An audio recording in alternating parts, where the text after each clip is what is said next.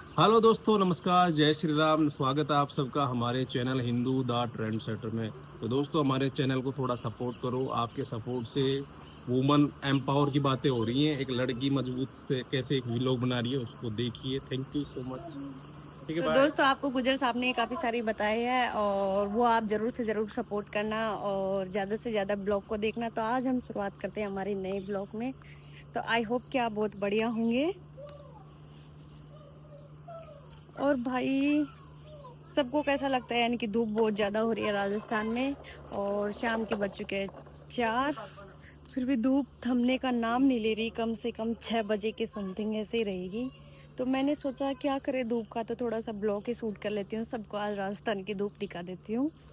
भाई हमारे यहाँ पे तो इतनी ज़बरदस्त धूप है कि मत पूछो बात। आई होप कि आप बहुत बढ़िया होंगे।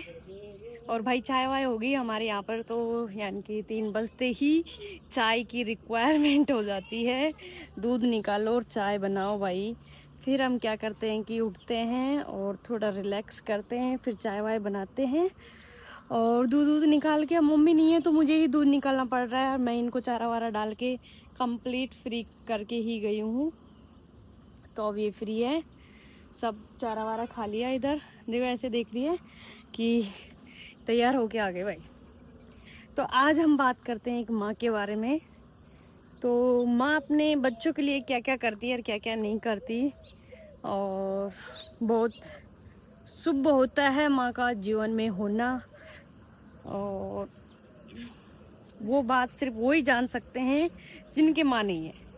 भाई जिनके माँ नहीं है ना, सिर्फ वो ही जान सकते हैं बात कि माँ का होना कितना ज़रूरी है।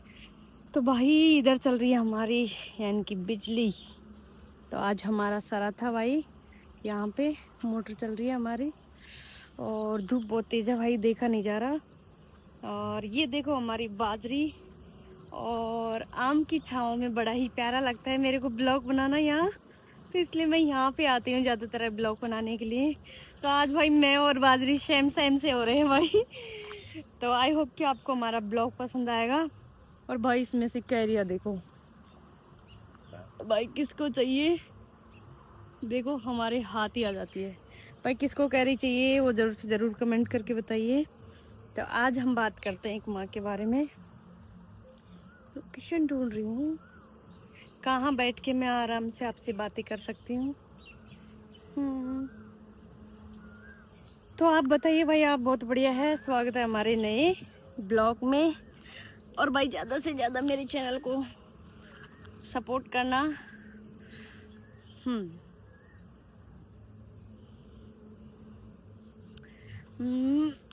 ठीक नहीं लगा थोड़ा सा भाई।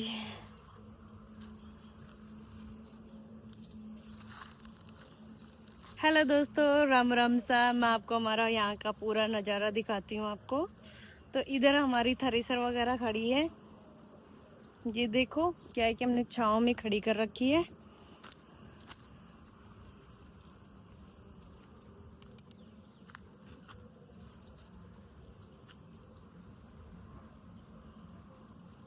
तो दोस्तों आज हम बात करते हैं एक माँ के बारे में। और मैंने आपको पहले भी बताया कि माँ के बारे में सिर्फ वो ही महसूस कर सकता है जिनके माँ नहीं है। क्यों, सही बोला ना मैंने कि माँ के बारे में सिर्फ वो ही महसूस करता है जिनके माँ नहीं है। तो हेलो दोस्तों, राम राम सा। तो फाइनली मैंने यहाँ पे जगह ढूंढ ली है कि मेरे को यहाँ बैठना है और मैं आप सबसे बातें करूँगी।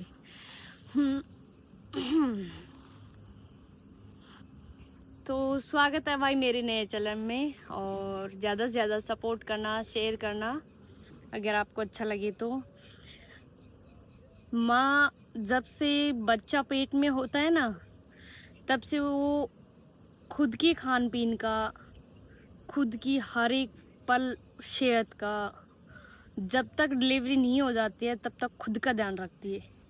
ताकि मैं ऐसा करूँगी तो मेरा बच्चा सुरक्षित रहेगा, अच्छा रहेगा। खुद के ऊपर डिपेंड हो जाती है, बच्चे के ऊपर। और जब उनकी डिलीवरी हो जाती है तब वो सारी खुशी सब कुछ यानी कि खुद को भूल जाती है और पूरी शिद्दत से अपने बच्चों पर न्यौछावर कर देती है अपनी सारी खुशियाँ। और उसकी सेहत का ध्यान रखती है। तो आई होप कि आपको आज मैं बता रही हूँ, जन्म होने के बाद साल 2 साल तक वो उसको खुद का खाना पीना भी छूट जाएगा। ये लगा लो कि खुद का खाना पीना भी छूट जाएगा बच्चों को संभालते संभालते।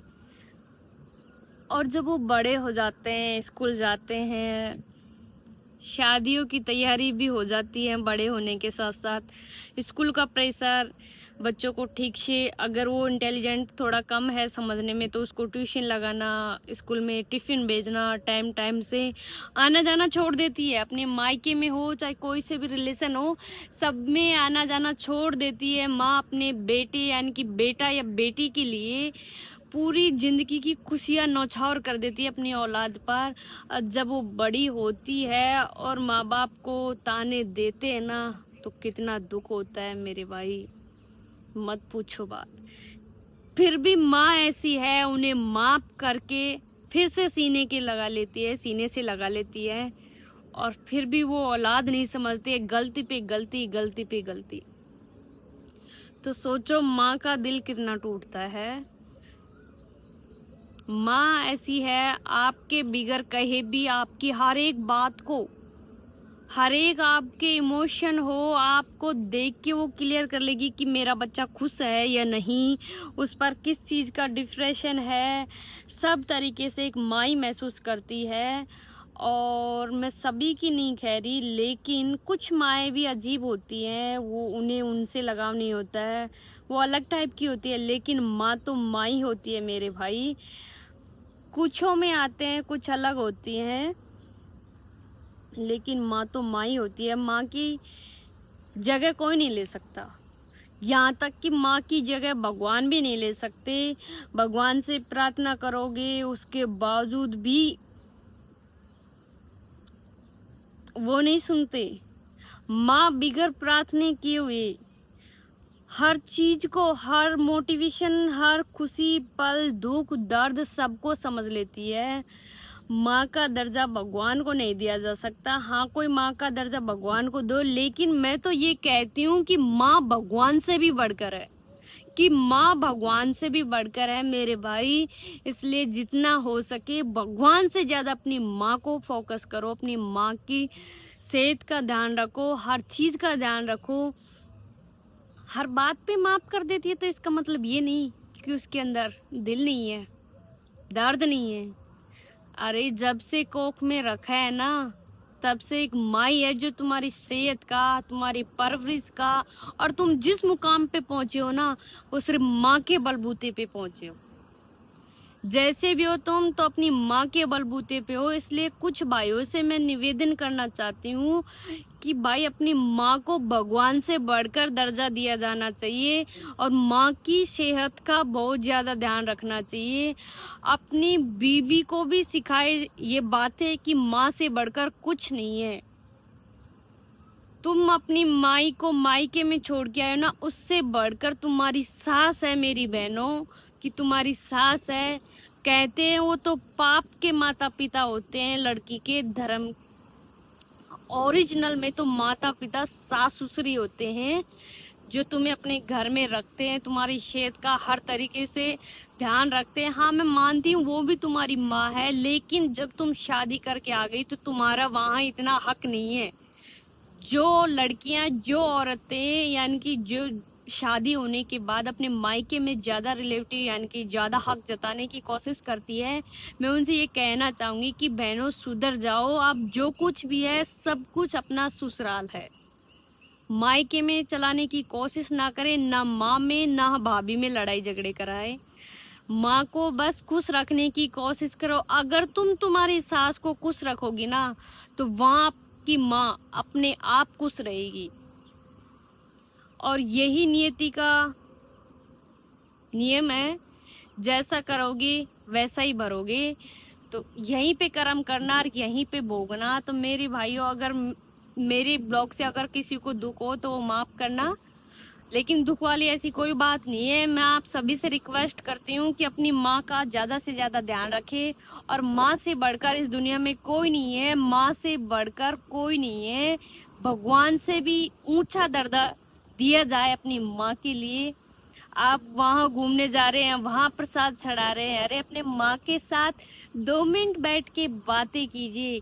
उनकी पूरी जिंदगी, यानी कि उनको एक पल ऐसा लगेगा मेरा कालजे का टुकड़ा, हाँ, स्वयं आपको ऐसा महसूस हो जाएगा कि हम भगवान से ही बातें कर रहे हैं। और माँ की दुआ मत पूछो बात। माँ की दुआ ऐसी होती है अपने बच्चे के लिए जो हर कोई नहीं दे सकता।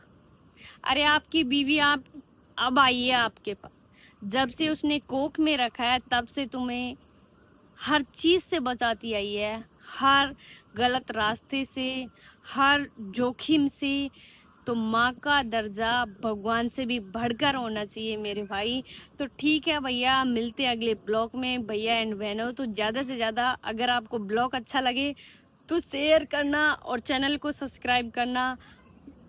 मैं भी एक किसान की बेटी हूँ और किसान की बेटी को सपोर्ट करने का आपका हक बनता है। अगर आपको अच्छी लगे तो ही, जबरदस्ती किसी से नहीं है। तो ठीक है दोस्तों, मिलते हैं अगले ब्लॉग में। तो हमारी बातें समाप्त हुई माँ के ऊपर। और भी अगर आप चाहेंगे तो कमेंट करके ज़रूर बताना, मैं ज़रूर बताऊंगी आपको। तो कैसा लगा आपको मेरा प्यारा सा छोटा सा ब्लॉग? तो ज़्यादा से ज़्यादा शेयर करना।